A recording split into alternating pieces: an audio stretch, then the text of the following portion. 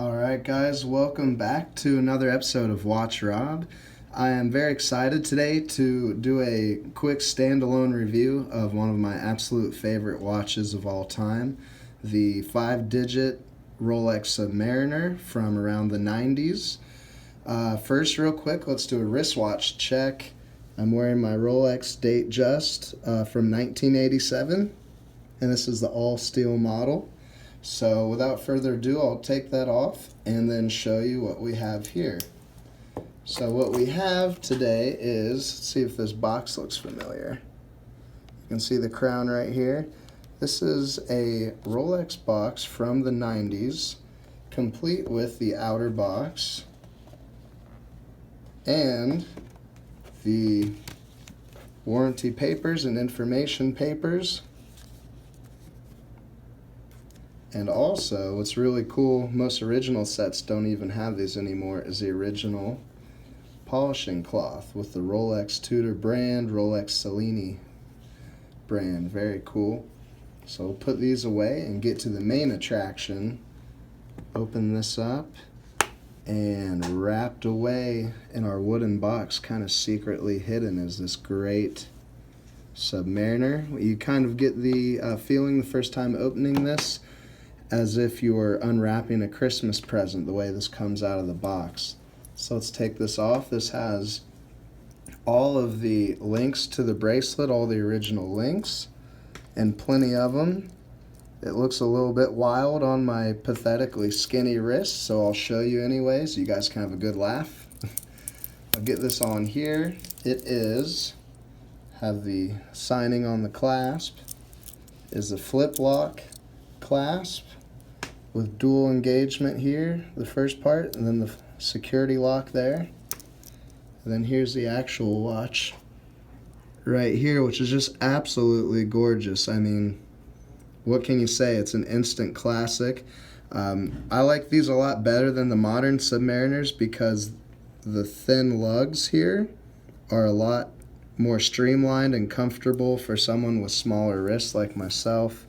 And this older model has the lug holes in it right there, which are also fantastic because if you want to take off the bracelet, you can put it onto a NATO strap or a nice vintage leather strap, and it's quick and easy to do for yourself at home because all you have to do is push a pin through here to get that out, and it's a lot easier than taking your more modern Submariner. And if you're bad at strap changes and you don't want to hurt the value of your watch with a bunch of scratches, you may have to drive to a jeweler and have someone that's a professional change your strap off. So I think personally it's nice to have the lug holes. So here we go. Let's look at the watch overall. This is 40 millimeters in diameter around the case shape with the thin lugs that I talked about earlier. If you're thinking about buying one of these and you think, is this going to fit my massive strap collection? Maybe you have a lot of different leather bands already or NATOs. For your information, in between the lugs is 20 millimeters, which is by all means the most standard width for replacement bands and straps. So let's get to work here. We have on the dial the Rolex crown and text with Oyster Perpetual underneath. And then you have the 2.5 times magnification of the date window. And what's really cool and famous, pertaining pretty much only to Rolex, is what all the watch geeks on the forums call the black hole effect. And that's where you have the white date and then the black dial around it. And this magnifier makes it so that if you look at it straight on, it seems like everything around the white disc, date disc, is basically in a black hole. So that's kind of what all of us watch geeks like to call it.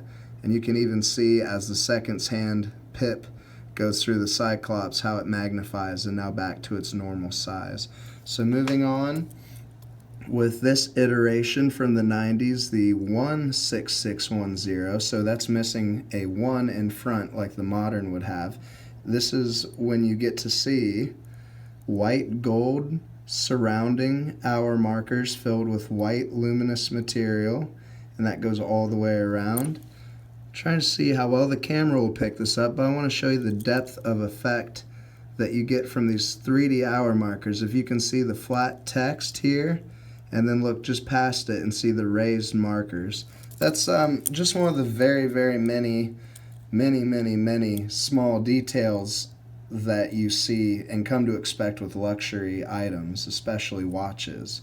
And you know, just about everyone is doing it nowadays, but in the 90s, especially the late 80s, not that many people had raised indices and raised numerals with lume like this on dive watches. They were traditionally just a flat bump with no white gold surroundings, let alone any metal surrounding it. So moving on, we have an aluminum bezel insert around the steel bezel. And this particular model, they have several models here at Store 5A in Columbus. They tend to get these 5-digit Submariners in awfully frequently, which is good for anyone that's interested in buying one. But this one in particular is very mint condition. You can see pretty much no scratches whatsoever on the aluminum painted bezel. And also the pearl here at 12 o'clock is still in very good shape and really does not have much discoloration or patina going on. You can see one little mark in the middle on this particular example. But if you're into watches like me and vintage watches, like say a date just from the late 80s, you're going to notice one of the most rewarding things of a piece like this is the patina that develops.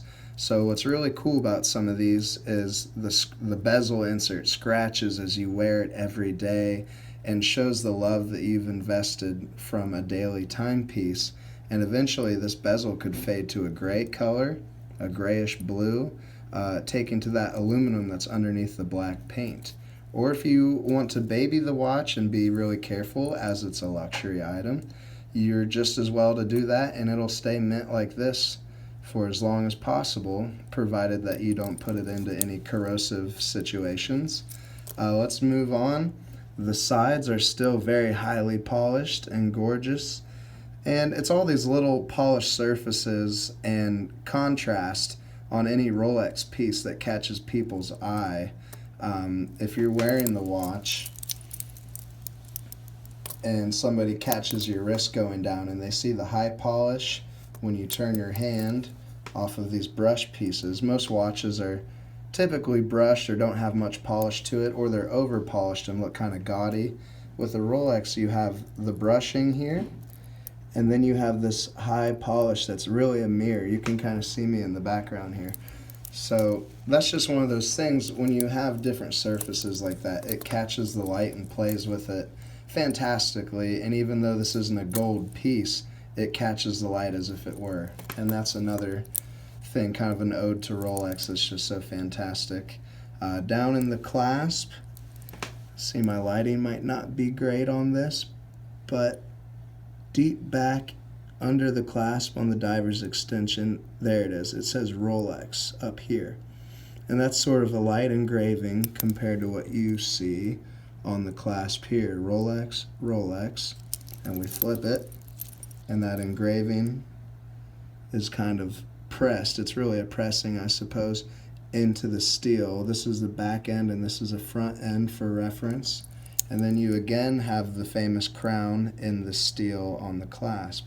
So one more thing before I go into the pros and cons is what movement is in this. So I'm assuming with the lug holes and everything else, this is probably around a 1994, definitely early 90s Submariner. And with that, it has the 3135 caliber movement inside of this casing here. And the 3135 is still used today in modern Submariners, so you really cannot go wrong. It's basically the blueprint for the modern dive watch movements. It's super shockproof and reliable. It doesn't quite have the anti-magnetism of newer Omega watches, but that's the difference in technology that passes over 20-30 years. And that will continue to see change also. But it's just such a robust movement. For example, in my date just from 1987, it has the caliber movement that came before the 3135, And this one I have now, you can see the smooth second sweep.